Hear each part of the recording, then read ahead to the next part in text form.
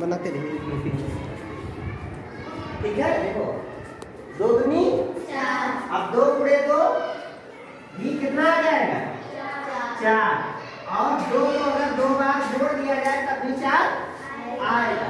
फिर 2 तिहाई 6, 2 तिहाई 6 का मतलब है कि 2 का 3 गुना, कितना गुना 3 गुना, 3 गुना का मतलब कि 2 गुणे 3। तो गुणा जो शब्द है वो गुना से, जैसे कहते हैं ना गुना, जैसे कोई चीज बांटना हो लेना तो कहते हैं इनका हमारा दुगुना है ना, या 3 गुना या 4 गुना। तो गुना का मतलब ये गुणा, यही गुणा होता है। और 2 का 3 गुना कितना हो जाएगा 6। अब चाहे 2 गुणे 3 लिखो तब भी 6 आएगा, और चाहे यहाँ 2 को 3 बार आप जोड़ देंगे तब भी 6 आएगा। फिर यहाँ देखो, फिर 2 चौक 8, तो 2 गुणे 4, 4 का मतलब है कि 2 का 4 गुना, 2 का 4, तो गुना जो है वो गुना ही गुणा, गुना ही गुणा है। अब देखो 2 चौक 8, अब इसका मतलब है कि 2 को अगर 4 बार जोड़ा जाए, 2 को 2 धन 2 धन 2 धन 1 2 3 4, तो कितना हो जाएगा ये 8 हो जाएगा। कितना हो जाएगा 8 हो जाएगा।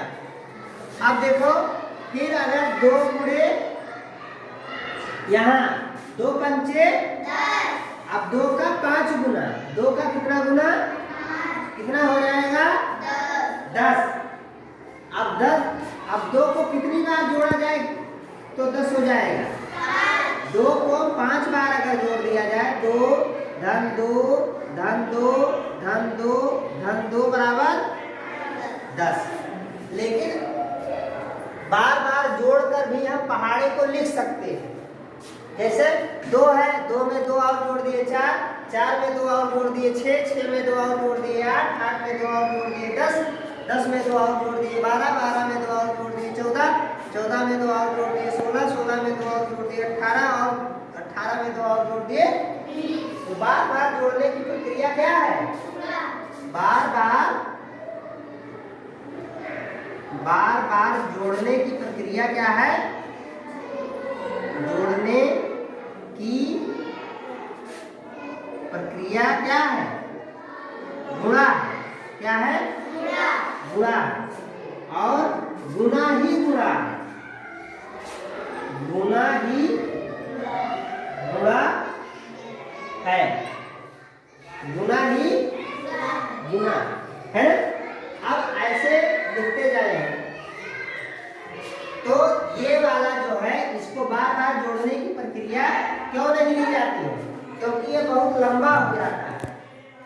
बहुत लंबा ना हो इसलिए हम इसको इसी रूप में लिखते हैं। तो जब भी आपको पहाड़ा लिखना हो, चाहे जिस भी संख्या का पहाड़ा लिखना हो, तो आप हमेशा पहाड़ा किस रूप में लिखेंगे, इस रूप में जब लिखेंगे तो आपको गुणा की संक्रिया का भी ज्ञान होगा और पहाड़ा भी याद रहेगा। गलत जैसे 13 का पहाड़ा लिखना हो तो 13 लिखेंगे, फिर 13 अब आगे 13 के आगे क्या आएगा, 13 पहाड़ा लिखते समय 13 गुणे 1 बराबर 13, 13 गुणे 2 बराबर 26, 13 गुणे 3 बराबर 39, 13 गुणे 4 बराबर कितना होगा 13 गुणे 5। अब यहाँ देखो 13 गुणे 5 का मतलब है कि 13 का 5 गुना। हम लोग कैसे लिखते हैं, 13 बचे 65, तो 13 बचे 65, और जब भी पहाड़ा गिनेंगे तो 13 के अंदर 13, 13 गुणे 26, 13 3 39, 13 6 52, 13 बचे 65। इसको क्रम से गिनते जाएंगे। पहाड़ा गिनते समय कभी 13 बचे 65, 13 छक, अब पता लगा छक नहीं गए 70 पहुंच गए तो गलत हो गया। तो जब भी पहाड़ा गिनो या सुनाओ किसी को तो ये ध्यान रहे कि 13 के अंदर 13, 1 के बाद 2, 2 के बाद 3, 3 के बाद 4, 4 के बाद 5, यानी पंचे, फिर छक्का, फिर सत्ते, फिर अट्ठे, फिर नवैया, फिर दहम्मा, और दहम्मा के बाद पहाड़ी को हम खत्म कर सकते हैं। आप चाहे तो दहम्मा के बाद 11, 12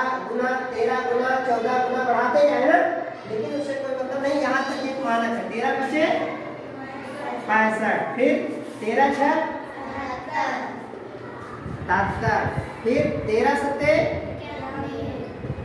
91, फिर 13 अट्ठे हैं, फिर 13 नवैया 117, फिर 13 दहमा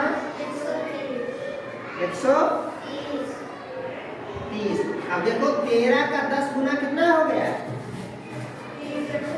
13 का 10 गुना 130 या 13 गुणे 10 130। तो 13 का अगर 10 गुना कोई पूछे तो कितना हो जाएगा? 130। इस तरीके से हम पहाड़ा, जितना हमारे पहाड़ा याद होगा उतने आसानी से हम गुणा को, अब देखो गुणा का सवाल लगाते समय तो आपको ज्यादा पहाड़ा याद होने की जरूरत नहीं है। गुणा का सवाल लगाते समय केवल आपको कितने पहाड़ा याद होने की जरूरत है? 9 तक। जैसे कितना भी बड़ा गुणा अगर हम दे दें, 4 अंक का गुणा दे दें तो इसमें कितना पहाड़ा याद होने की जरूरत है? 9 तक अगर पहाड़ा याद है तो गुणा के सभी सवाल आप हल कर ले जाएंगे। और जोड़ की संक्रिया का ज्ञान है, यानी हासिल का ज्ञान हो और 9 तक पहाड़ा याद हो तो आप गुणा का कोई भी सवाल लगा सकते हैं। लेकिन अगर भाग का सवाल लगाना हो तो तो उसके लिए जितना अधिक आपको पहाड़ा याद रहेगा उतना अधिक आपके लिए आसानी होगी। जैसे हमने ले लिया 17 भागे